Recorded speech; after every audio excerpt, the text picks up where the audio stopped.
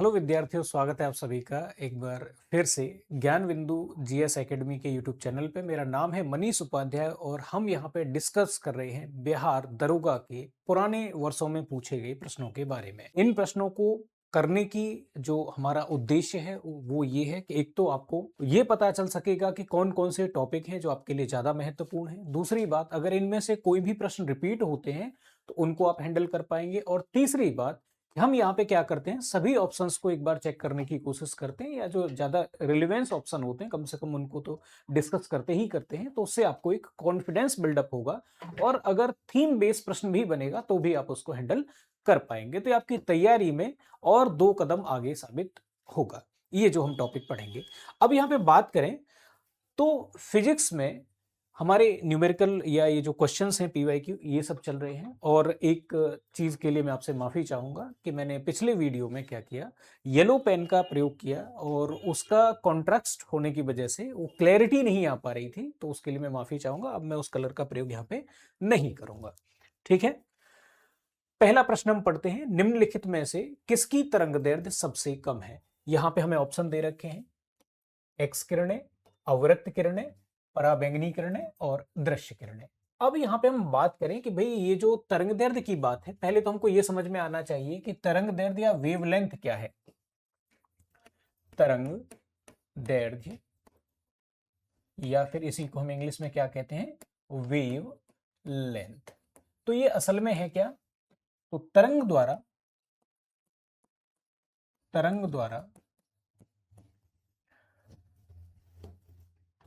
तरंग या गर्त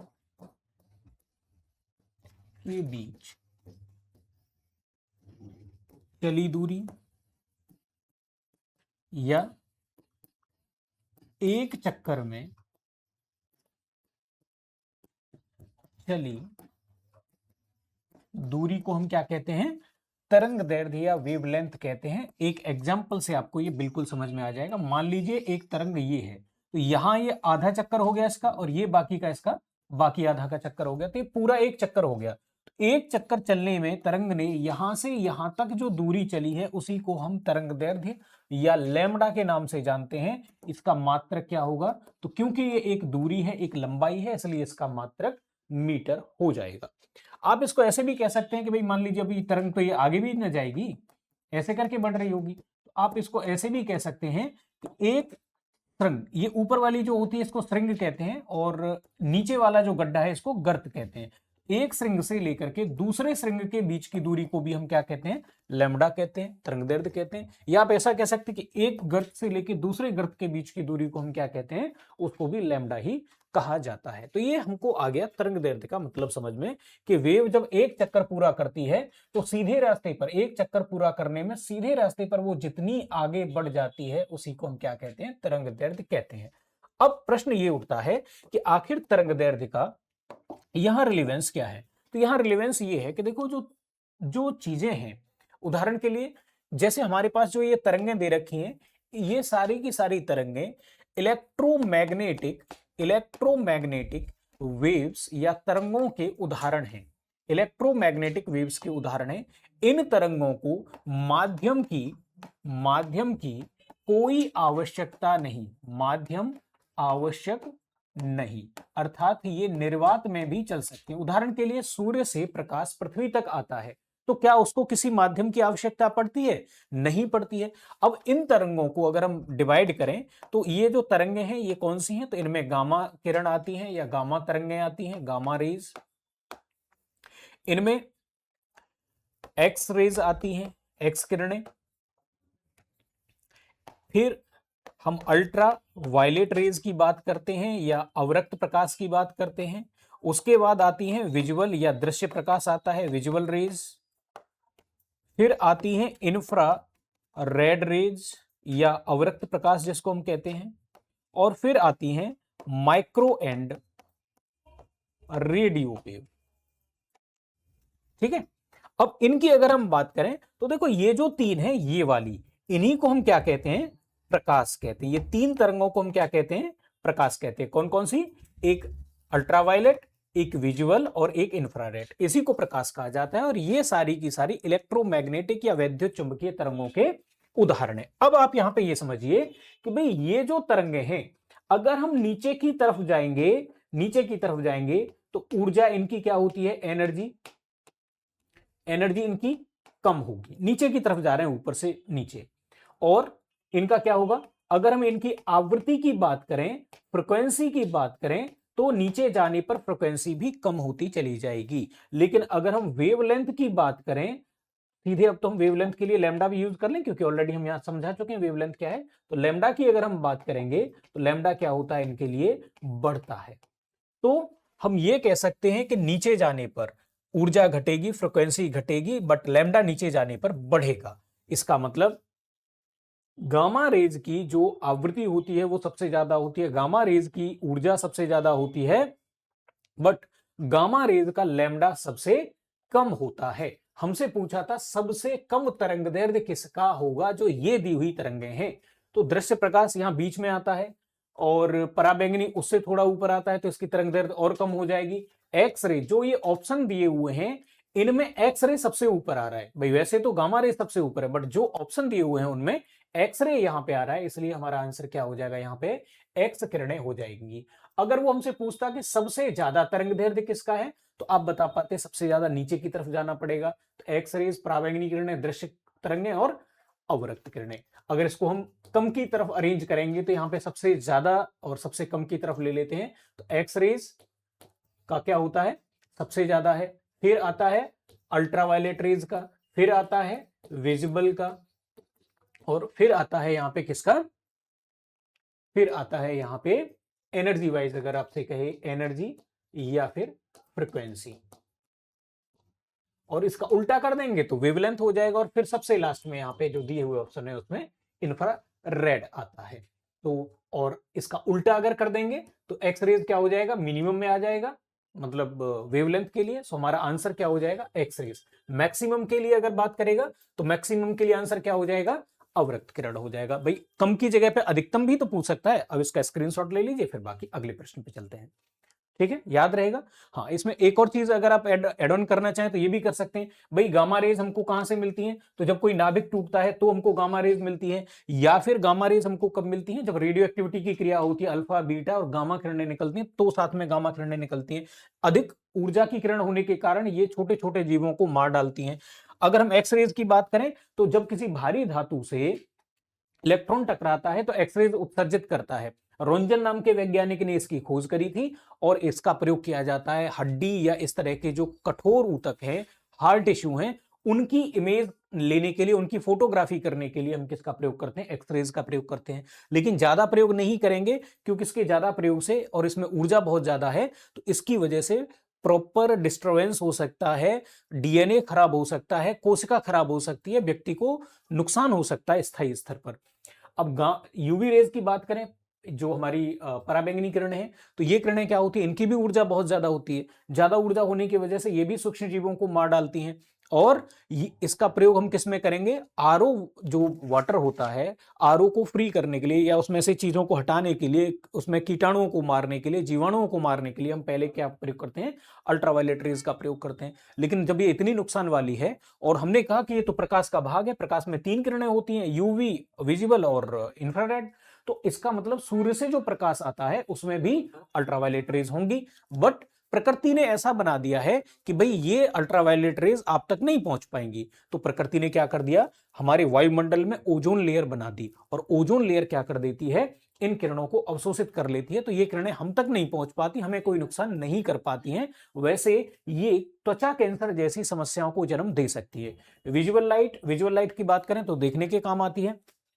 हम जो कुछ भी देख पा रहे हैं, आप मुझे देख पा रहे हैं, ये किसकी वजह से पॉसिबल हो पा रहा है, ये विजुअल लाइट की वजह से, विजुअल रे की वजह से पॉसिबल हो पा रहा है। इंफ्रारेड की बात करें तो इसे गर्मी भी कह सकते हैं। गर्मी का जो कारण होता है वो क्या होता है, इंफ्रारेड रेज होती हैं, तो सूरज से आते हैं दृश्य प्रकाश, और गर्मी हम तक पहुंच पाते हैं, और ये अल्ट्रावायलेट बीच में रुक जाता है। इसका प्रयोग एक और खास तौर से, जो अगर हम पेपर के हिसाब से देखें तो इसका हमसे प्रयोग पूछता है, तो जितने भी रिमोट कंट्रोल होते हैं उन सब में क्या किया जाता है, इंफ्रारेड रेज का ही प्रयोग किया जाता है। अब बात आती है माइक्रोवेव एंड रेडियो वेव की, तो इसका प्रयोग होता है टीवी के लिए, कम्युनिकेशन के लिए, जितने भी फोन, टीवी, रेडियो वगैरह हैं, सबके सब माइक्रोवेव और रेडियो वेव पर ही काम कर रहे हैं। ठीक है, इसके अलावा आजकल माइक्रोवेव के द्वारा क्या किया जा रहा है, खाना पकाने का काम भी किया जाता है। माइक्रोवेव ओवन आपने सुना होगा, तो उसमें खाना पकाने के लिए, क्योंकि इसकी तरंगदैर्ध्य क्या है, ज्यादा बड़ी होती है, तो ये अणुओं को कंपन ज्यादा करवाती है। अणु जब कंपन करेगा तो उसकी वजह से हीट प्रोड्यूस करेगा, हीट प्रोड्यूस होगी तो खाना गर्म हो जाएगा और पक जाएगा। तो खाना पकाने के लिए भी हम माइक्रोवेव का प्रयोग कर सकते हैं। ठीक है, आगे बढ़ते हैं। नेक्स्ट प्रश्न देखेंगे, भूमध्य रेखा से ध्रुवों की ओर जाने पर जी अर्थात गुरुत्व जनित त्वरण का मान घटता है, बढ़ता है, अपरिवर्तित रहता है या 45 डिग्री के अक्षांश तक घटता है। अब देखो जी के मान पर प्रभाव, पहले तो हमको यह समझना पड़ेगा कि जी है क्या। तो जी क्या होता है, जी होता है ME/RE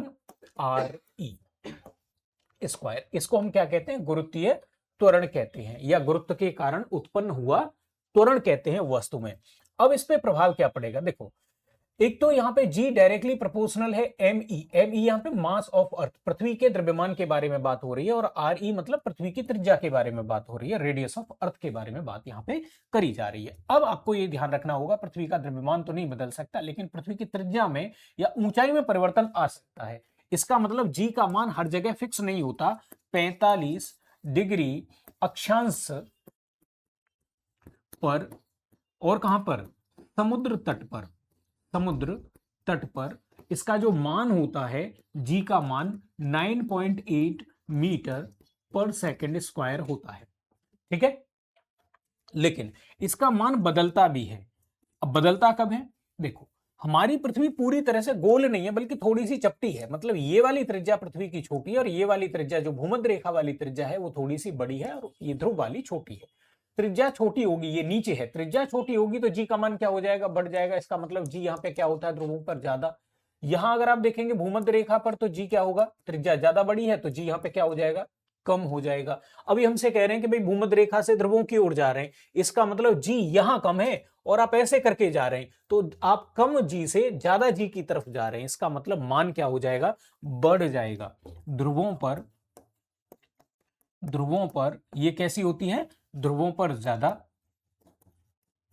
तथा भूमध्य पर कम। तो हमारा आंसर तो यहीं से आ गया कि जब आप भूमध्य रेखा से ध्रुवों की ओर जाएंगे तो मान क्या हो जाएगा, बढ़ जाएगा। हमने यहां से देख लिया। फिर दूसरी बात, यदि हम ऊपर जाते हैं, सतह, पृथ्वी की सतह से ऊपर जाने पर जी क्या होता है, घटता है। सतह से अगर आप नीचे जाएंगे, जैसे आपने सुरंग खोद ली और पृथ्वी के अंदर एंटर कर रहे हैं, सतह से नीचे जाने पर, नीचे जाने पर जी क्या होता है, घटता है। और कब घटता है ये, पृथ्वी का घूर्णन बढ़ने पर। अगर पृथ्वी क्या कर जाए, अब जितना घूम रही है उससे तेज घूमने लग जाए, तो भी जी का मान क्या होता है, घटता है। पृथ्वी धीमी हो, धीरे धीरे घूमेगी तो जी का मान बढ़ेगा, तेज घूमेगी जी का मान घट जाएगा। ऐसे ही जब हम नीचे जाते हैं तो घटते घटते ये कहां तक जा सकता है, जीरो तक जा सकता है। अर्थात पृथ्वी के केंद्र पर जी का मान जीरो होता है। जहां जीरो हो जाएगा जी का मान, वहां पे भार भी शून्य हो जाएगा। इसका मतलब पृथ्वी के केंद्र पर भारहीनता की स्थिति होती है। ऐसे ही पृथ्वी जब तेज घूमने लग जाती है, जी का मान घटता जाता है। तो जितना अब घूम रही है उससे 17 गुना तेज घूमने लग जाएगी, तो वैसी कंडीशन में भी जी का मान जीरो हो जाएगा, अर्थात भारहीनता की स्थिति आ जाएगी। अब आप कहेंगे कि भारहीनता की स्थिति क्या है, तो भारहीनता की स्थिति है, जैसे मेरे हाथ में ये पेन है, अगर मैं इसको यहां छोड़ दूं तो ये अपने भार की वजह से पृथ्वी पर नीचे गिरता है, अर्थात पृथ्वी इसको आकर्षित कर रही है। पृथ्वी का जो आकर्षण है, जो गुरुत्व है, उसी को हम भार कहते हैं। अब मैं कह रहा हूं आपसे कि पृथ्वी के केंद्र पर भार जीरो हो जाएगा, पृथ्वी 17 गुना तेज घूमने लग जाएगी तो भार जीरो हो जाएगा। तो इसका मतलब ये हुआ कि इस पेन को जब हम भारहीनता की स्थिति में यहां पे छोड़ देंगे तो ये पेन न ऊपर जाएगा न नीचे जाएगा, ये जहां छोड़ेंगे वहीं का वहीं तैरता रहेगा, अर्थात इसमें कोई भार नहीं होगा। तो उसको हम क्या कहते हैं, भारहीनता की स्थिति कहते हैं। अब नेक्स्ट प्रश्न की तरफ चलते हैं।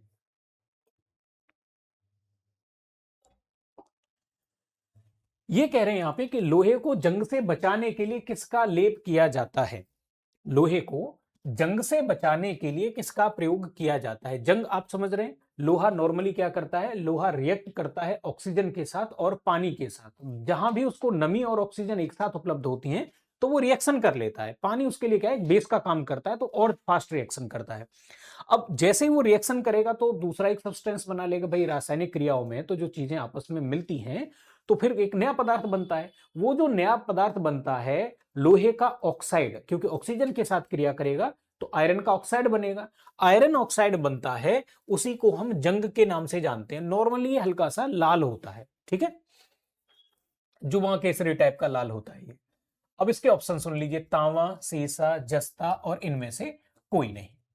अब हमको पहले समझना पड़ेगा कि भाई लेप किस चीज का किया जाए और उसके लिए क्या विधि अपनाई जाए। तो देखो, तांबा अपने आप में क्या है, इस पे भी क्या हो जाती है, जंग लग जाती है, हरे रंग का, ठीक है।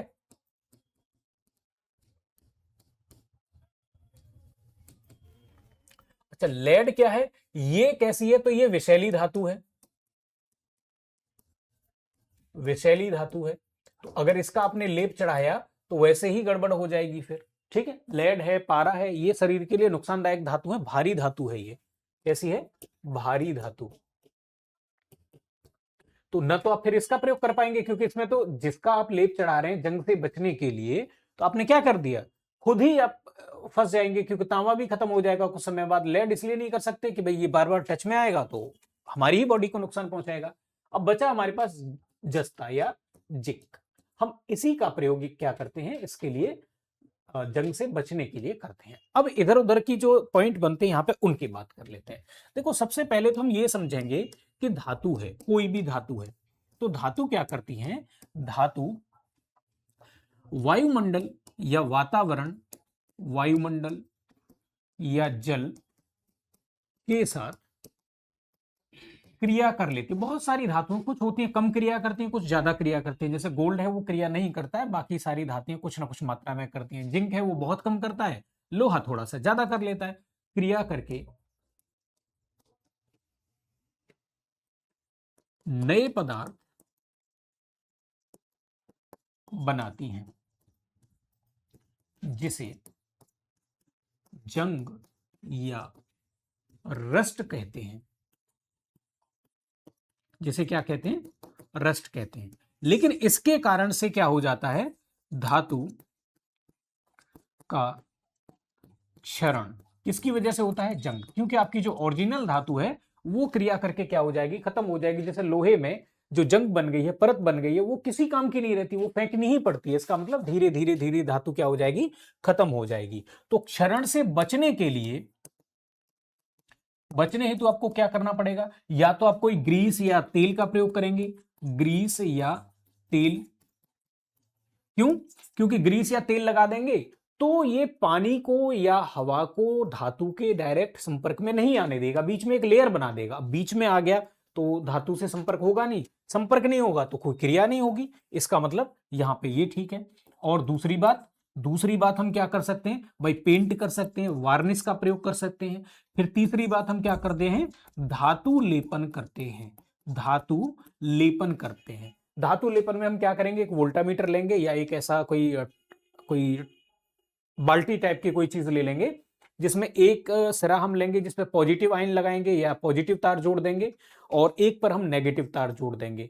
नेगेटिव तार को हम क्या कहते हैं, कैथोड कहते हैं, और पॉजिटिव जहां जोड़ेंगे उसको एनोड कहते हैं। अब जहां पे आपने नेगेटिव जोड़ा है वहां पे धातु लगा दीजिए। कौन सी वाली, जैसे आपको लोहे पर जस्ता चढ़ाना है तो लोहे को कैथोड वाली जगह पे बांध दीजिए आप। अपने आप ही क्या होंगे, जस्ते के पार्टिकल आ करके, जो परमाणु होंगे जस्ते के, वो लोहे के ऊपर चिपक जाएंगे और एक लेयर बना देंगे। अब देखो, ग्रीस वाले केस में क्या है कि धूल मिट्टी लगेगी, ये थोड़े दिन बाद खत्म हो जाएगा। पेंट भी क्या होता है, थोड़े दिन बाद छूटने लग जाता है। लेकिन अगर हमने धातु की ही, परमाणुओं की अगर हमने लेयर बना दी प्रॉपर, तो ऐसे केस में वो छूटेगा नहीं, वो परमानेंट इलाज हो जाएगा उसको। यदि आपने क्या किया,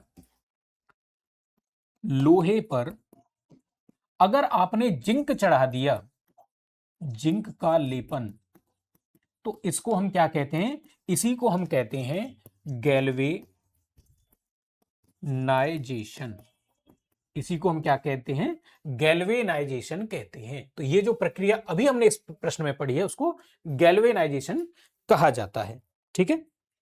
और भी बहुत सारी धातुओं का हम कर सकते हैं, जैसे जो सोने के नकली आभूषण बनाए जाते हैं वो भी इसी विधि के द्वारा, जो धातु लेपन है इसी विधि के द्वारा बनाए जाते हैं। उदाहरण के लिए हमने जैसे चांदी का ले लिया या मान लीजिए पीतल का कोई एक गहना बनवाया और उसको कैथोड की जगह पे टांग दिया, फिर हमने एक पेस्ट लिया गोल्ड का और फिर उसमें विद्युत धारा प्रवाहित कर दी, तो धीरे धीरे गोल्ड क्या हो जाएगा, उस पूरे के पूरे जो हमारा आभूषण है उसके ऊपर जम जाएगा और फिर क्या हो जाएगा, जब बाहर निकालेंगे तो हमें वो ओरिजिनल गोल्ड जैसा फील होगा, ओरिजिनल गोल्ड जैसा दिखेगा। भाई घिस करके देखेंगे ना आप, तो उस पर काफी मोटी परत चढ़ा दीजिए और उस तरह से क्या होते हैं नकली आभूषण, या जो जिनको कहते हैं ना सोने का पानी चढ़वाना, तो वैसे आभूषण इसके द्वारा बनाए जा सकते हैं। ठीक है, आगे बढ़ते हैं। क्वांटम सिद्धांत का प्रतिपादन किसने किया था, हमसे यह प्रश्न पूछा गया है। अब ऑप्शन क्या क्या दे रखे हैं, Einstein, Max Planck, Michael Faraday और हाइजेन या हाइगेंस। अब इनकी अगर हम बात करें तो देखो, एक तो हमसे सीधा सीधा पूछा गया है क्वांटम सिद्धांत, हम ये कर सकते हैं कि क्वांटम सिद्धांत को एक्सप्लेन करें, तो इनमें आइंस्टीन नाम का जो वैज्ञानिक है उसने क्या किया है, क्वांटम सिद्धांत दिया है प्रकाश के बारे में, मतलब लेटर ऑन दिया है। लेकिन जो मैक्स प्लांक है उसने क्या किया है, ओरिजिनली शुरुआत में क्वांटम सिद्धांत दिया है। अब समझेंगे अलग अलग वैज्ञानिकों ने सिद्धांत कौन कौन से दिए हैं, ताकि इस प्रश्न से हटकर के प्रश्न बने तो क्या आएगा। जैसे हमारे पास एक वैज्ञानिक है जिसका नाम क्या है, आइंस्टीन। आइंस्टीन ने क्या दिया है, तो आइंस्टीन ने दिया है सापेक्षता का सिद्धांत। अब इस साक्ष्य जो इनका सिद्धांत है, थ्योरी ऑफ रिलेटिविटी, वो भी दो तरह की, एक स्पेशल रिलेटिविटी है और एक है जनरल रिलेटिविटी। तो इसमें इन्होंने सापेक्षता के सिद्धांत में ही बताया E इक्वल mc², और इन्होंने क्या बताया, गुरुत्वीय तरंगों के बारे में इन्होंने बताया, गुरुत्वीय तरंग के बारे में बताया। और इन्होंने क्या बताया, जो गुरुत्वाकर्षण का बल है, एक तो न्यूटन साहब ने कहा कि कैपिटल G m1m2/r², ये होगा, हर एक वस्तु दूसरी को अट्रैक्ट कर रही है, इस वजह से ऐसा हो रहा है। इन्होंने थोड़ा नए तरीके से समझाया, तो गुरुत्व का नवीन सिद्धांत इन्होंने दिया। असल में यही क्या है, जनरल थ्योरी है, जनरल थ्योरी ऑफ रिलेटिविटी कहलाती है, दोनों को अगर मिला दें, और ये है क्या, स्पेशल थ्योरी ऑफ रिलेटिविटी। इन्होंने एक और चीज की खोज करी जिसको कहते हैं प्रकाश वैद्युत प्रभाव, जो आजकल आप देख रहे हैं ना जितने भी सोलर सेल वगैरह हैं, एक्चुअली खोज नहीं करी थी लेकिन एक्सप्लेन इन्होंने ही किया था। और इस खोज के लिए वैसे देखा जाए तो पूरी दुनिया में ये है युग परिवर्तनकारी खोजें, ये एक बहुत छोटी सी खोज है, लेकिन जो नोबेल मिला था, नोबेल प्राइज, वो इसी के लिए मिला था, प्रकाश वैद्युत प्रभाव की खोज के लिए या इसको एक्सप्लेन करने के लिए। तो एक तो हमारे पास ये हो गया, और हाँ एक और चीज इन्होंने करी, और इसी में एक इन्होंने बोला कि प्रकाश क्या है, प्रकाश फोटोन से बना है, फोटोन से बना है। ये हो गया हमारा एक साइंटिस्ट। अब देखते हैं माइकल फेराडे। माइकल फेराडे की अगर हम बात करें तो फेराडे साहब ने क्या किया है, फेराडे साहब ने दो तरह के नियम दिए हैं, वैद्युत का रासायनिक प्रभाव, रासायनिक प्रभाव में इन्होंने दो नियम दिए।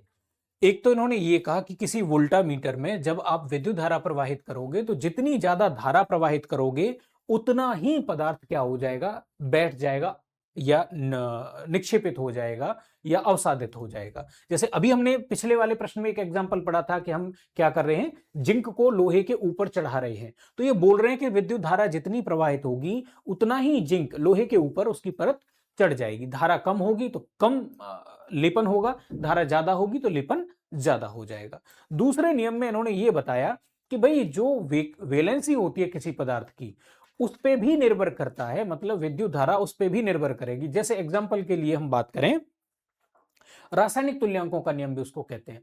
तो सामान्य भाषा में समझने के लिए हम ये कह सकते हैं कि भाई जैसे मान लीजिए हमको सोडियम की क्रिया करानी है, तो सोडियम को एक इलेक्ट्रॉन की आवश्यकता पड़ेगी या वो एक इलेक्ट्रॉन छोड़ेगा, और अगर मान लीजिए वहीं पे हमने जिंक ले लिया तो उसको दो इलेक्ट्रॉन की जरूरत पड़ेगी, वो 2 इलेक्ट्रॉन छोड़ता है, तो उसकी आवश्यकता क्या है, 2 इलेक्ट्रॉन वाली है।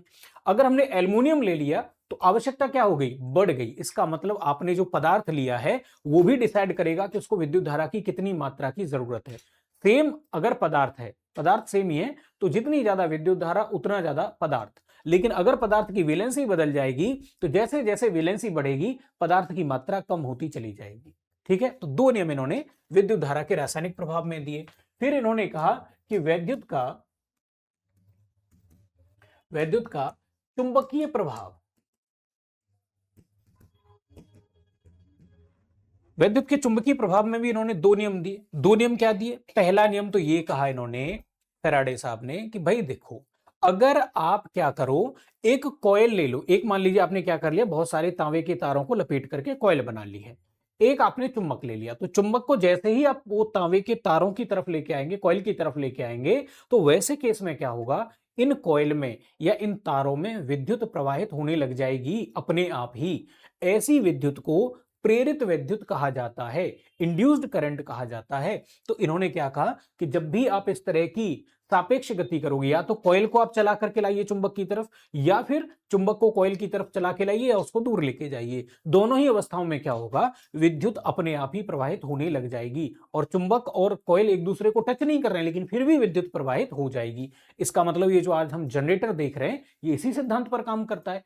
फिर इन्होंने दूसरे नियम में ये बताया कि जो विद्युत उत्पन्न होगी वो कितनी होगी, और उसमें दिशा भी बताई इन्होंने। हालांकि बाद में लेंज ने उसको और एक्सप्लेन किया, बट हाँ, इन्होंने ये बताया कि वो जो विद्युत उत्पन्न होगी या जो विभव उत्पन्न होगा, पोटेंशियल उत्पन्न होगा, उसको हम यहाँ पे थोड़ा टेक्निकल अगर शब्द प्रयोग करें तो ईएमएफ कहते हैं, इलेक्ट्रोमोटिव फोर्स कहते हैं। तो इन्होंने बताया इलेक्ट्रोमोटिव फोर्स कितना होगा, तो बोले जितने ज्यादा आपने वायर लिए होंगे, जितने ज्यादा आपने मान लीजिए एक वायर लिया है, थोड़ा कम धारा उत्पन्न होगी या ईएमएफ कम होगा। आपने अगर मान लीजिए 50 बार उसको लपेट दिया है तो 50 गुना ज्यादा धारा उत्पन्न हो जाएगी।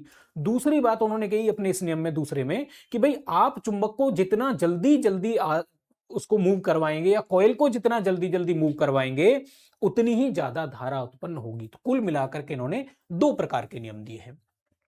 मैक्स प्लांक की बात करें तो इन्होंने क्या किया, क्वांटम सिद्धांत दिया है, और क्वांटम सिद्धांत में इन्होंने ये कहा कि जो हर एक पैकेट है, जो ऊर्जा है, ऊर्जा वो कैसी होती है, वो सतत नहीं होती, ऊर्जा प्रवाह असतत होता है। ऊर्जा प्रवाह कैसा होता है, डिसकंटिन्यूअस होता है। इसका मतलब जैसे पानी बहता है, ऊर्जा ऐसे नहीं बहती, एक जगह से दूसरी जगह से नहीं जाती, बल्कि ये जैसे मान लीजिए बोतलों के फॉर्म में जाती है, ग्रुप्स के फॉर्म में जाती है, पैकेट्स के फॉर्म में जाती है। हर एक पैकेट को इन्होंने क्वांटा नाम दिया और बताया कि हर एक क्वांटा की, जो एक पैकेट होगी ऊर्जा की, उसका टोटल एनर्जी कितनी होगी, तो उसकी एनर्जी होगी एच न्यू। एच यहां पे क्या है, तो ये प्लांक का गुणांक है या नियतांक है, और न्यू यहां पे आवृत्ति है। तो आवृत्ति जितनी ज्यादा होगी ऊर्जा उतनी ही ज्यादा होगी। इसको हम ऐसे भी कह सकते हैं, एच सी अपॉन लेमडा भी कह सकते हैं। ठीक है, तो इन्होंने क्या कहा, इन्होंने कहा कि ऊर्जा समान रूप से नहीं प्रवाहित होती, बल्कि टुकड़ों में प्रवाहित होती है। ये ऊर्जा का टुकड़ों में प्रवाहित होना ही क्या कहलाता है, प्लांक का क्वांटम सिद्धांत कहलाता है। अब हाइगेन की बात करते हैं, एक है हाइजेनबर्ग। ठीक है, हाइजेनबर्ग अलग साइंटिस्ट है, केमिस्ट्री में है। हाइगेन की बात करें तो ये भाई साहब क्या बोलते हैं, तो ये बोलते हैं कि जो प्रकाश है, वो प्रकाश क्या होता है, तरंग होता है। प्रकाश क्या होता है, तरंग होता है। इसके बाद फिर न्यूटन आते हैं, वो ये कहते हैं कि प्रकाश कण के समान होता है। उसके बाद फिर यंग नाम का साइंटिस्ट आता है, वो ये कहता है कि प्रकाश तरंग के समान होता है। फिर उसके बाद एक आइंस्टीन नाम का साइंटिस्ट आता है, जो कहता है प्रकाश फोटोन से बना हुआ है, प्रकाश एक कण की तरह है। और लास्ट में एक साइंटिस्ट आता है, डी ब्रोगली, जो हमसे ये कहता है कि प्रकाश न तो पूरी तरह से तरंग है, ना ही प्रकाश पूरी तरह से कण है। अर्थात प्रकाश में कण और तरंग दोनों के ही गुण पाए जाते हैं। डिपेंड करता है कि आप कौन सी क्रिया का अध्ययन कर रहे हैं। उदाहरण के लिए आप परावर्तन, अपवर्तन, इस तरह की चीजों का अध्ययन कर रहे हैं, ध्रुवण, तो इनके लिए प्रकाश की जो नेचर माना जाएगा वो तरंग होता है। लेकिन अगर आप वैद्युत प्रभाव की बात कर रहे हैं, प्रकाश वैद्युत प्रभाव आप स्टडी कर रहे हैं, या कॉम्पटन प्रभाव आप पढ़ रहे हैं, तो इन दोनों ही स्थितियों में प्रकाश कण की तरह व्यवहार करता है। अर्थात प्रकाश एक ही समय पे कण भी है और एक ही समय पे वो तरंग भी है। तो ये जो पूरा साइंटिस्टों का झगड़ा चल रहा था कि प्रकाश क्या है, वो झगड़ा डी ब्रोगली ने द्वैती प्रकृति का सिद्धांत देकर के खत्म कर दिया। ठीक है, अगले प्रश्न पे चलते हैं। अब ये कह रहे हैं परावर्तन के नियम के अनुसार आपतन कोण परावर्तन कोण से क्या होता है, बराबर होता है, बड़ा होता है, छोटा होता है या फिर अनंत होता है, इसकी बात करेंगे। तो देखो, सबसे पहले तो हम ये समझेंगे कि आखिर परावर्तन है क्या। तो परावर्तन क्या है उसकी बात कर लेते हैं। परावर्तन को हम कहते हैं रिफ्लेक्शन। ठीक है, आपसे पूछ रहा है। और जो आपतन कोण है इसको एंगल ऑफ इंसिडेंट कहते हैं और अपवर्तन कोण को हम कहते हैं एंगल ऑफ रिफ्लेक्शन। तो परावर्तन क्या है कि अगर प्रकाश की टक्कर हो सतह से टकराकर प्रकाश का वापस लौट जाना, सतह से टकराकर प्रकाश का वापस लौट जाना क्या कहलाता है, प्रकाश का परावर्तन कहलाता है। अब यहां तक समझ में आ गया। इसकी दो शर्तें हैं, इसकी दो शर्तें हैं। शर्त पहली क्या है कि आपतित किरण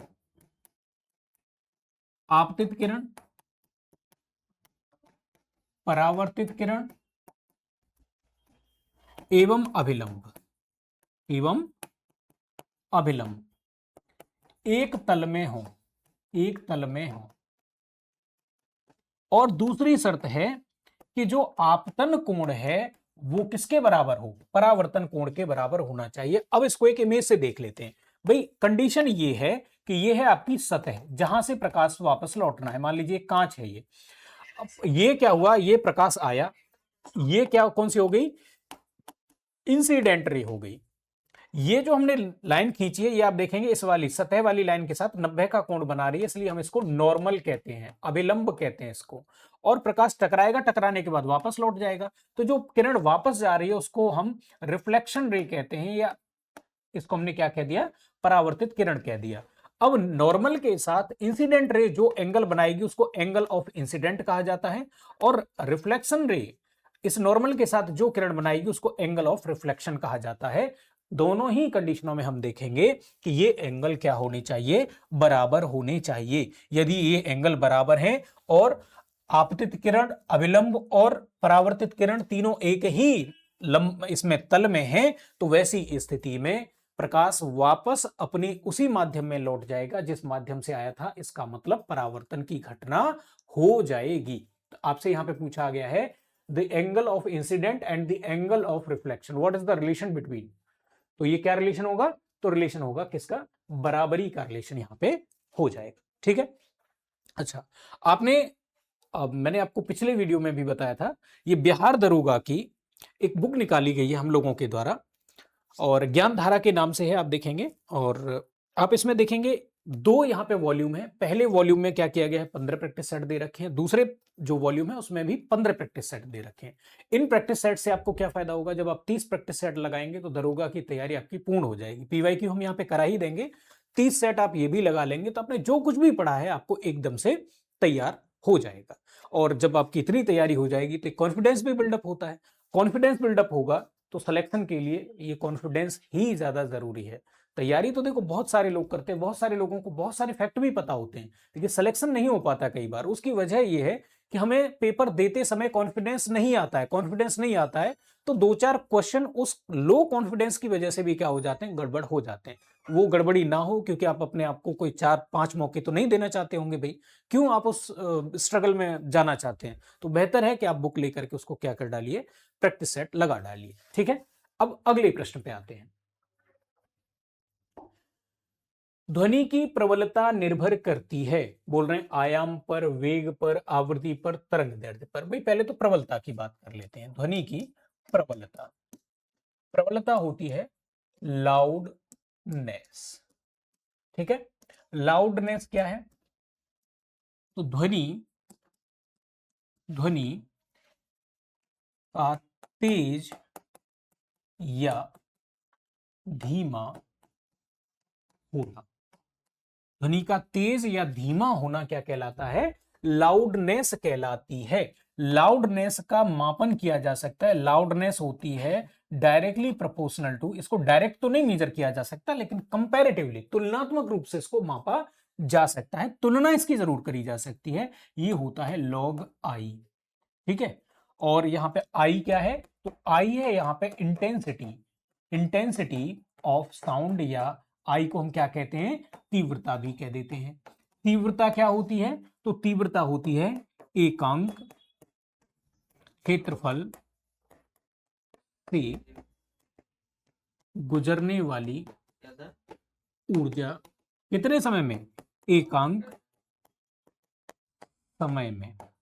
आप ऐसे भी कह सकते हैं एकांक समय में, एकांक क्षेत्रफल से गुजरने वाली ऊर्जा को इंटेंसिटी कहते हैं। इसको क्या किया जाता है, अगर इसके मात्रक की बात करें तो इसका मात्रक जूल पर मीटर स्क्वायर सेकंड, या इसको क्या किया जाता है, डेसिबल में भी नापा जाता है। ठीक है, अब ये जो इंटेंसिटी है, इंटेंसिटी होती है I directly proportional to A square. A means यहां पे आयाम की बात हो रही है, आई किस पर डिपेंड करती है, आयाम पर। अब यहां पे देखो उसने वेग दे रखा है, वेग पर प्रबलता का कोई प्रभाव नहीं है, आवृत्ति है, वेग तरंगदैर्घ्य और आवृत्ति, इनके बीच में जो रिलेशन है वो ये है v बराबर एन लैम्डा। यहां पे ये आवृत्ति है और ये यहां पे क्या है, तरंगदैर्घ्य, इनके बीच में ये रिलेशन है। बाकी अगर हम बात करें, ये भी ऑप्शन नहीं है, ये भी ऑप्शन नहीं है, ये भी ऑप्शन नहीं है, हमारा ऑप्शन क्या हो जाएगा, ये ऑप्शन हो जाएगा। ऑप्शन क्यों हो जाएगा, हमने ऑलरेडी बात करी कि जो लाउडनेस है वो इंटेंसिटी पर डिपेंड करती है और इंटेंसिटी आयाम पर डिपेंड करती है। तो इनडायरेक्टली लाउडनेस किस पे डिपेंड करती है, आयाम पर डिपेंड करती है, एम्पलीट्यूड पर डिपेंड करती है, एम्पलीट्यूड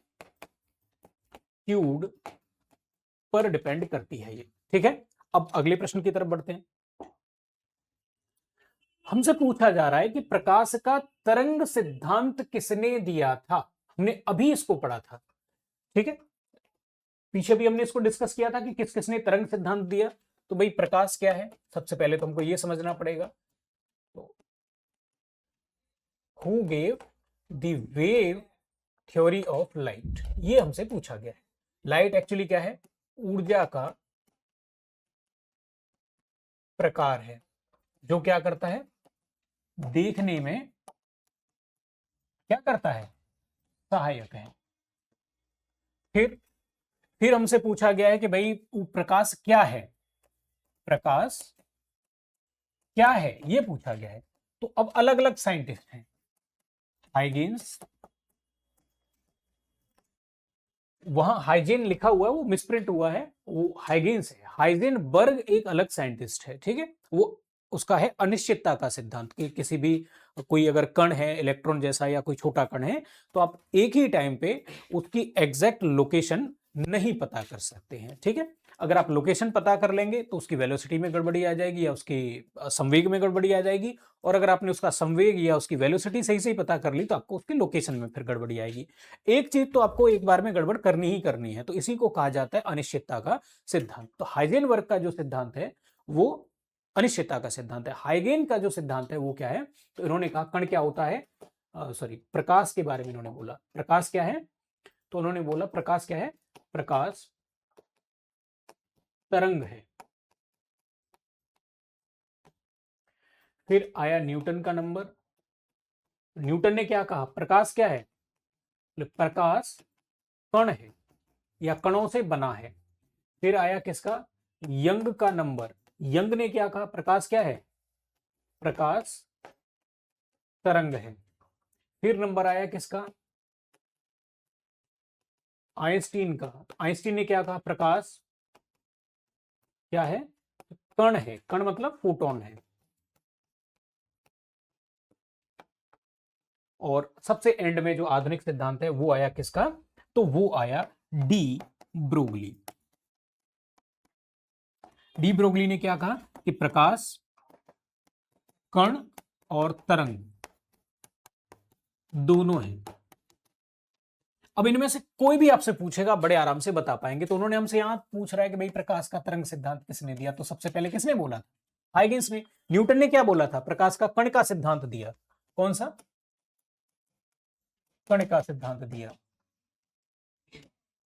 आइंस्टीन ने क्या दिया, तो इन्होंने क्या किया, प्रकाश का फोटोन सिद्धांत दिया। और आर्किमिडीज का प्रकाश से कोई रिलेशन नहीं है, इन्होंने क्या दिया, तैरने के नियम दिए। अब कर पाएंगे?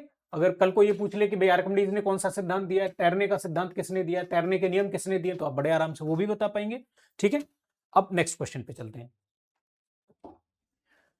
प्रश्न में पूछा गया है कि यदि किसी वस्तु का संवेग दोगुना कर दें, संवेग अगर दोगुना कर दिया जाए तो उसके गतिज ऊर्जा में कितने प्रतिशत की वृद्धि हो जाएगी। तो सबसे पहले तो आपको यह पता होना चाहिए भाई इस प्रश्न को करने के लिए कि एक्चुअली संवेग क्या है, व्हाट इज मोमेंटम। इसको पी कहते हैं। पी क्या होता है, तो वस्तु का द्रव्यमान और उसके वेग का गुणनफल क्या कहलाता है, संवेग कहलाता है।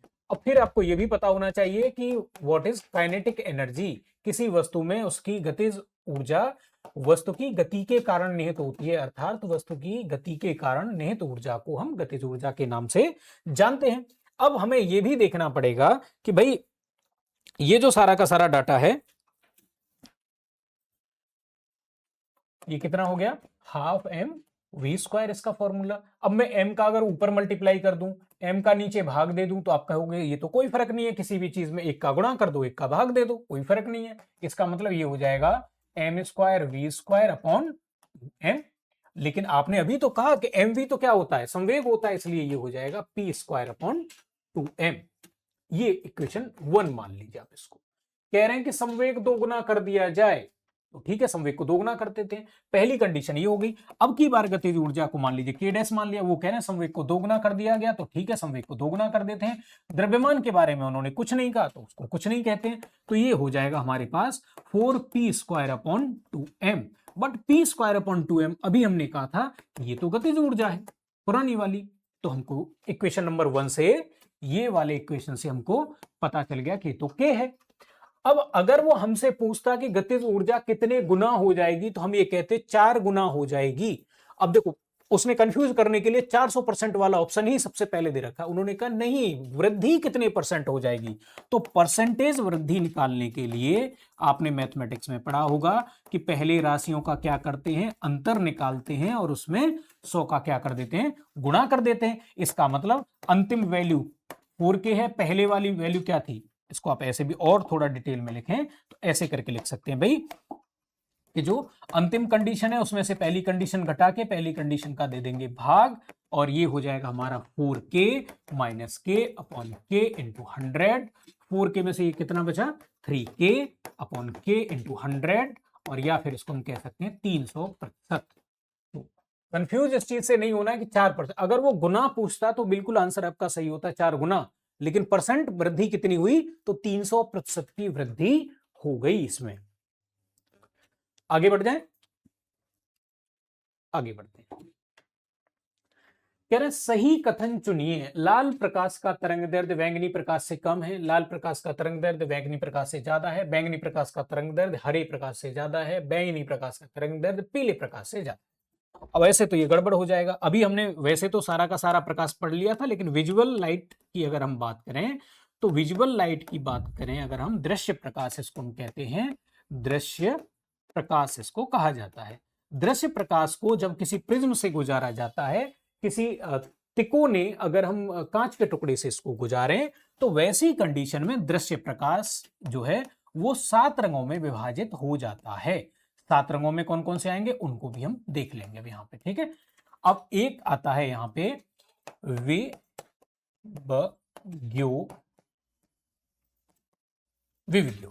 विविग्योर मतलब यहाँ पे बैंगनी की बात हो रही है, वायोलेट की बात हो रही है। इंडिगो मतलब यहाँ पे आसमानी की बात हो रही है, और ब्लू मतलब यहाँ पे नीले रंग की बात हो रही है, और ग्रीन मतलब यहाँ पे हरे रंग की बात हो रही है, येलो मतलब यहाँ पे पीले रंग की बात हो रही है, ऑरेंज मतलब यहाँ पे संतरी या नारंगी रंग की बात हो रही है, और अगर हम रेड की बात करें तो यहाँ पे लाल रंग की बात हो रही है। यहां पे अगर हम बात करें तो देखो हम यहां पे ऊपर से नीचे की तरफ जाएंगे, वही पैटर्न यहां पे भी फॉलो करेंगे ताकि याद रखना हमारे लिए क्या हो जाए, आसान हो जाए। ऊर्जा, ऊर्जा अगर हम लाल से बैंगनी की तरफ जाएंगे तो ऊर्जा घटेगी। आवृत्ति, आवृत्ति की अगर हम बात करें तो आवृत्ति ऊपर से नीचे की तरफ जाने पर घटती है। अगर हम बात करें तरंग दैर्ध्य, ऊपर से नीचे जाने पर इस क्रम में तरंग दैर्ध्य घटती है। प्रकीर्णन, प्रकीर्णन ऊपर कम होगा नीचे ज्यादा होगा, इसलिए प्रकीर्णन क्या होता है, बढ़ता है। तरंग दैर्ध्य क्या होती है, घटती है। सॉरी, उल्टा रिलेशन होता है आवृत्ति में और तरंग दैर्ध्य में। तो तरंग दैर्ध्य क्या होती है, तरंग दैर्ध्य बढ़ती है, और प्रकीर्णन क्या होता है,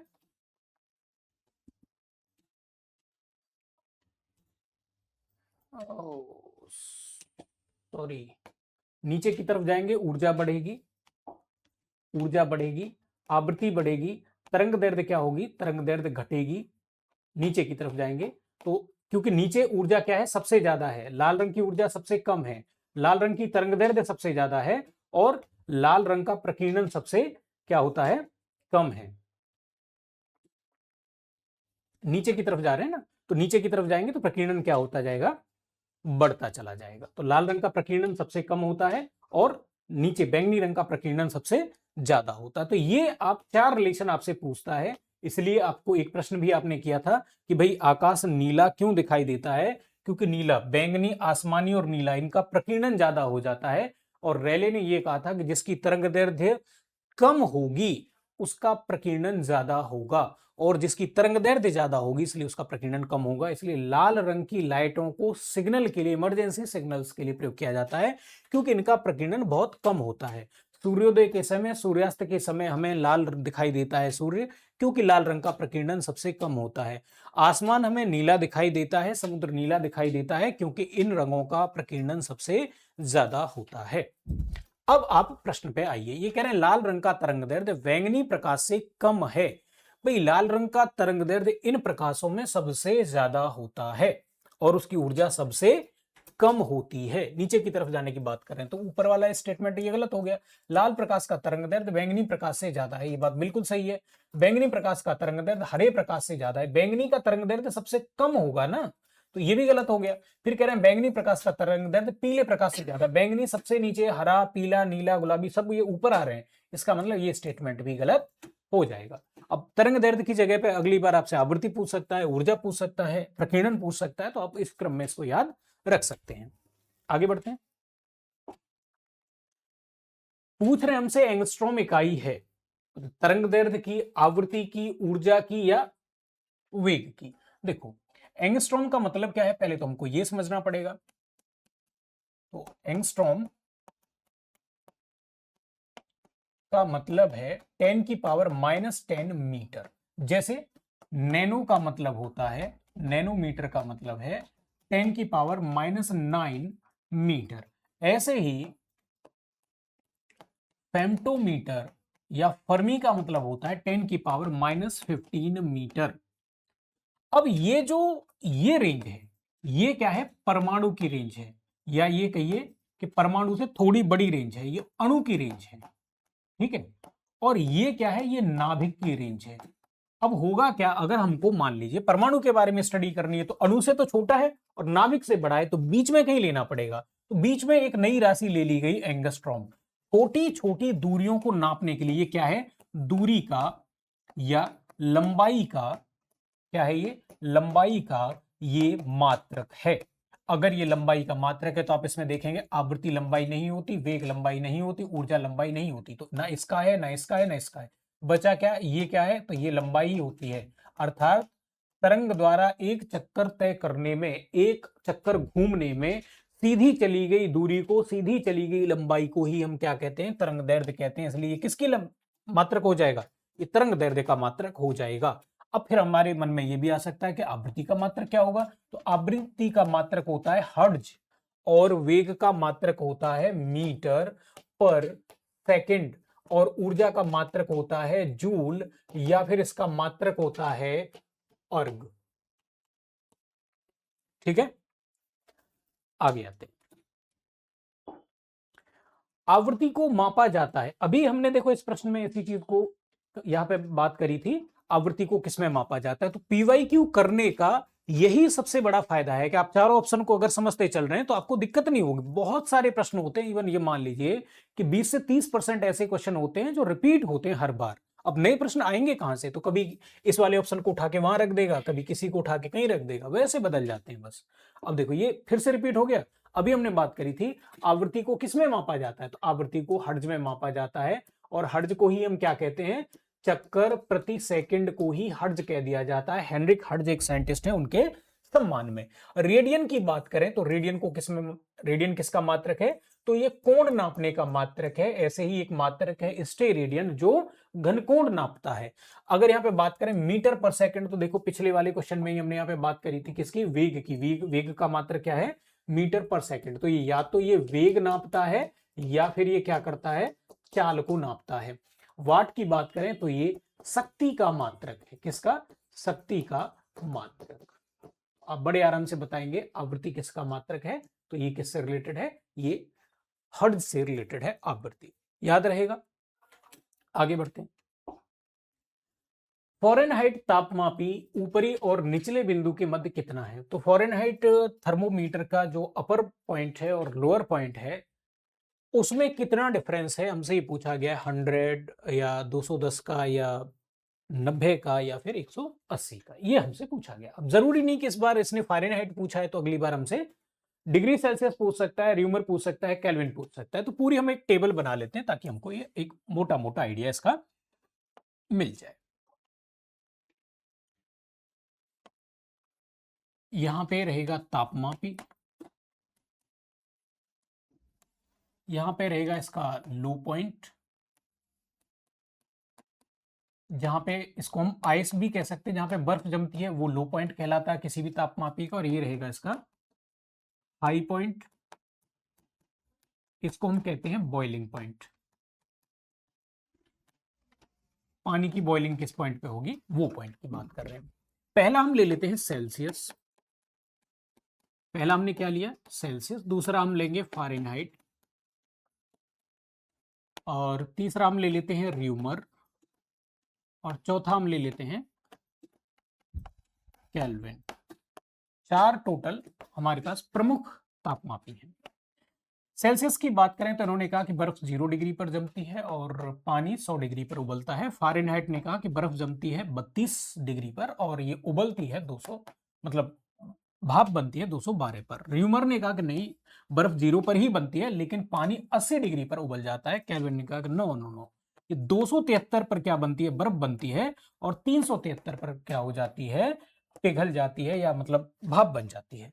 तो आपसे प्रश्न क्या पूछा है, आपसे प्रश्न पूछा है, इस टेबल का ही प्रयोग करके देखो। आपने एक वो फॉर्मूला पढ़ा होगा, अगर आपको कन्वर्ट करना है तो बाई 9 r/4 एंड ये k माइनस 273/5, ये जो फॉर्मूला है वो भी इसी टेबल से निकला है। आपसे डिफरेंस पूछा है तो यहाँ डिफरेंस कितना, 100 माइनस 0 100 का डिफरेंस है। यहाँ पे डिफरेंस कितना, 32 घटा दीजिए 180 का डिफरेंस है। यहाँ पे डिफरेंस कितना, 0 घटा दीजिए 80 का डिफरेंस, और यहाँ पे डिफरेंस कितना, 100 का डिफरेंस है। ठीक है, इस तरीके से आपसे पूछता है। तो आप प्रश्न को समझ गए इसमें क्या पूछा है, तो 100 का होगा, 100 का होगा सेल्सियस में और केल्विन में। 180 का होगा तो 180 का होगा किसमें, फ़ारेनहाइट में। 90 का होगा तो ऐसा कोई खास पैमाना हमारे पास नहीं है, फेमस पैमाना मे भी हो सकता है, बहुत कोई भी बना सकता है, आप भी अपना पैमाना बना सकते हैं। बस आप ये बता दीजिए कि आप बर्फ जहां जम रही है उस तापमान को आप कितना मानेंगे, और जहां पानी उबल रहा है उस तापमान को कितना मानेंगे, और आपके नाम से भी एक तापमान भी तैयार हो जाएगा। तो ये कोई बहुत बड़ा इश्यू नहीं है। बट फेमस फिजिक्स की हम बात करें तो फेमस ये 4 ही हैं, तो इन्हीं को हम कंसिडर करते हैं। 210 भी ऐसा कोई फेमस नहीं है जिसमें इतना डिफरेंस होता हो, तो याद रहेगा ये। आगे बढ़ते हैं। अल्बर्ट आइंस्टीन थे, अभी हमने अल्बर्ट आइंस्टीन का प्रश्न किया था, फिर से देखो रिपीट हो गया। अल्बर्ट आइंस्टीन किससे रिलेटेड है, तो भाई इन्होंने क्या कहा था, जो भी बातें बोली थी फिजिक्स के बारे में बोली है, तो ये क्या हो जाएंगे, भौतिक शास्त्री इसमें हो जाएंगे। अब इसमें देखो डिस्कस करने लायक कुछ भी नहीं है, ऑलरेडी इनके सिद्धांत हैं, वो सारे के सारे हम डिस्कस कर चुके हैं। इनको नोबेल किसके लिए मिला था, कौन कौन से इन्होंने नियम दिए, उनके क्या क्या महत्व हैं, वो ऑलरेडी हम पिछले प्रश्न में डिस्कस कर चुके हैं। सो यहाँ पे ये डायरेक्ट हो गया, ये भी क्या है, पीवाईक्यू हो गया। आगे बढ़ते हैं। जब किसी माध्यम का ताप बढ़ता है तो उस माध्यम में प्रकाश का वेग बढ़ जाता है। तो भाई प्रकाश का जो वेग होता है, प्रकाश का वेग, ये होता है निर्वात में वेग बटे माध्यम का अपवर्तनांक। तो प्रकाश का वेग किस पे निर्भर करता है, अपवर्तनांक पे निर्भर करता है। अगर मैं ये बात करूं कि भाई निर्वात में प्रकाश की चाल अधिकतम होती है, कितनी होती है? तो आप बताएंगे 3 × 10⁸ मीटर पर सेकंड। फिर हम बात करें, अगर वैसे बात करें तो ये क्या हो गया? निर्वात में, निर्वात में इसकी चाल सर्वाधिक है। फिर हवा में, क्योंकि हवा थोड़ा सा घना माध्यम हो जाता है। फिर पानी में, फिर कांच में, और सबसे कम इसकी होती है किसमें? हीरे में। हीरा प्रकाश के हिसाब से सबसे घना है। प्रकाशिक घनत्व भी हम इसको क्या कहते हैं? इस अपवर्तनांक को क्या कहते हैं? प्रकाशिक घनत्व भी कहते हैं, प्रकाशिक घनत्व भी कहा जाता है। ठीक है। अभी हमसे कह रहा है कि जब किसी माध्यम का ताप बढ़ता है तो उस माध्यम में प्रकाश का वेग, माध्यम का ताप बढ़ेगा तो आपने इतने रिलेशन में कहीं भी नहीं देखा कि अपवर्तनांक का और ताप का कोई रिलेशन है। तो ताप के साथ कोई रिलेशन नहीं होता। तो ताप कैसा रहेगा? ताप बदल जाए लेकिन प्रकाश का वेग अपरिवर्तित रहेगा। ये मोटा मोटी बात है। हाँ, कई बार ऐसा हो सकता है, पॉसिबल ऐसा हो सकता है, जैसे हवा वाले केस में आप ज्यादा गर्म करोगे तो हवा क्या हो जाती है? फैल जाती है। कैसे फैल जाती है? तो उनका घनत्व कम हो जाएगा, घनत्व कम हो जाएगा तो वेग बदल जाएगा। लेकिन हर बार ऐसा नहीं होता है। जैसे हीरे में 10-20 डिग्री आप गर्म करोगे तो कोई प्रभाव नहीं पड़ेगा, इसका मतलब प्रकाश कैसा रहा? अप्रभावित रहा। तो मूल रूप से प्रकाश के वेग पर कोई प्रभाव नहीं पड़ता है। हालांकि आपको अपवाद स्वरूप एक दो कोई चीज ऐसी मिल सकती है जिसमें इनडायरेक्टली प्रभाव पड़ जाए, बट डायरेक्ट कोई रिलेशन ताप के बीच में और प्रकाश के वेग के बीच में नहीं होता है। इसलिए हमारा आंसर यहां पे क्या रहेगा? अपरिवर्तित वाला आंसर ज्यादा सही रहेगा। ठीक है।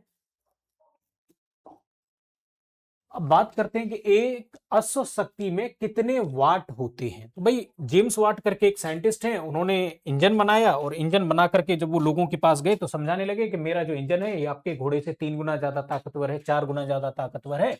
कुल मिलाकर के ये ताकत को शो करता है। तो हमको पहले क्या पढ़नी पड़ेगी? हमको पहले शक्ति पढ़नी पड़ेगी। ठीक है। शक्ति की अगर हम बात करें, शक्ति को हम कहते हैं पावर। ये होती क्या है? तो ये होती है कार्य करने की दर। कार्य करने की दर है, इसका मतलब पावर इक्वल W/T। W/T है, इसका मात्रक वर्क का क्या होता है? जूल, और समय का क्या होता है? सेकंड। इसका मतलब इसका मात्रक क्या हो जाएगा? जूल पर सेकंड इसका मात्रक हो जाएगा। लेकिन एक साइंटिस्ट है, हमने अभी कहा कि जिन्होंने इंजन बनाया, उसका नाम है जेम्स वाट। तो उनके सम्मान में इसको क्या कहने लगे? वाट कहने लगे। ये ऐसा ही मात्रक हो गया। लेकिन प्रयोग में जो मात्रक है, प्रायोगिक मात्रक, वो क्या है? हॉर्स पावर है। हॉर्स पावर है। और ये कितना होता है? तो ये 746 वाट होता है। इसकी अगर हमने मात्रक की बात कर ली, राशि कैसी है? तो ये एक अदिश राशि है, इसमें कोई दिशा की आवश्यकता नहीं पड़ती है। तो ये अदिश राशि है। विमा की अगर आप बात करने लग जाएंगे डायमेंशन निकालने की, तो विमा क्या हो जाएगी? तो विमा हो जाएगी कार्य की विमा, मतलब mL2T⁻²। और नीचे आपने टाइम का डिवाइड और कर दिया है। सो टी जब ऊपर जाएगा तो 2 माइनस के पहले से है, ये टी और ऊपर आएगा तो एक और जुड़ जाएगा, तो mL2T⁻³ ये इसकी विमा हो जाएगी। तो ये आपका काम है। अब इसमें से ढूंढ लीजिए कौन सा है। तो 746 वाट, 746 वाट। लास्ट क्वेश्चन पे आते हैं। यहां पे कहा जा रहा है कि विस्थापन का दूरी के साथ अनुपात हमेशा, विस्थापन का दूरी के साथ अनुपात। तो आपसे कह रहा है विस्थापन, और पूछ रहा है आपसे क्या? दूरी। ये कितना होगा? तो ये देखो, एक भी हो सकता है या एक से कम हो सकता है, ये आपको याद रखना है। ठीक है। तो एक के बराबर होता है, एक से ज्यादा होता है, एक के बराबर या कम होता है। ठीक है। ये हमारा ऑप्शन हो जाएगा। अब आप कहेंगे कि आपने निकाला कैसे? अब कुछ एग्जांपल से आपको बताता हूं। ए से हम चले, बी तक पहुंचे 5 मीटर। तो आप बताएंगे विस्थापन क्या है? विस्थापन है यहाँ पे 5। विस्थापन का मतलब होता है दो बिंदुओं के बीच की न्यूनतम लंबाई, और दूरी को कहते हैं दो बिंदुओं के बीच की कुल दूरी। ये भी 5 होगा। अब ऐसे में विस्थापन अपॉन दूरी करेंगे, मतलब 5/5 करेंगे तो आंसर 1 आ जाएगा। ठीक है। दूसरा एग्जांपल ले लेते हैं। हम ए से चले थे और वापस ए पर ही आ गए, तो वैसे केस में ये भाई 2 पाई r होता है ना, कोई भी वृत्त होगा, तो आप बताएंगे विस्थापन कितना, तो आप बताएंगे विस्थापन तो सब इसमें हो गया 0, क्योंकि जहां से चले थे वहीं आ गए, तो न्यूनतम दूरी कितनी हो जाएगी, न्यूनतम लंबाई कितनी हो जाएगी, 0, और दूरी कितनी हो जाएगी, तो कुल चली गई लंबाई को दूरी कहते हैं, ये 2 पाई r हो जाएगी। अब मैं आपसे कहूं विस्थापन बटे दूरी कर दीजिए, तो आप बताएंगे कि 0 में 2 पाई r का भाग देंगे, 0 में किसी भी चीज का भाग दीजिए वो हमेशा 0 हो जाता है, और 0 1 से कम होता है। एक और एग्जांपल ले लेते हैं। आप मान लीजिए ए से गए इस साइड में 5 मीटर, बी साइड में, फिर आप लौट के चले आए सी साइड में, कितना, 6 मीटर। अब बताओगे विस्थापन कितना, तो आपने कहा कि विस्थापन हो गया भाई 5, पहले हम चले थे तो उसको पॉजिटिव मान लेते हैं, बाद में हमने अपनी दिशा बदल दी, उल्टी दिशा कर दी तो माइनस कर लेते हैं, तो ये माइनस का हो गया। और फिर आप दूरी अगर मैं आपसे पूछूंगा तो आप मुझे बताओगे कि दूरी तो हो जाएगी कितनी, कुल चली हुई लंबाई, तो कुल पहले आप 5 चले थे, बाद में फिर 6 चले, तो 6 और 5 11 मीटर हो जाएगी। अब आप इस केस में अगर मैं आपसे कहूं कि अनुपात निकालिए, तो आप मुझे बताएंगे कि -1/11, कुल मिलाकर के आंसर नेगेटिव में होगा। आंसर नेगेटिव में है, वो कितनी भी बड़ी संख्या हो जाए, कितनी भी छोटी हो जाए, 1 से तो कम ही होगी। इसका मतलब ये हमेशा या तो 1 के बराबर होगा। 1 के बराबर कब होगा, जब सरल रेखीय गति होगी तब, अन्य गतियां होंगी तो ये 1 से कम होगा। आ गया समझ में इसका एक्सप्लेनेशन क्यों है। तो आज की इस क्लास को हम यही विराम देंगे, बाकी फिर आपसे अगली वीडियो में मुलाकात होगी, तब तक के लिए बहुत बहुत धन्यवाद।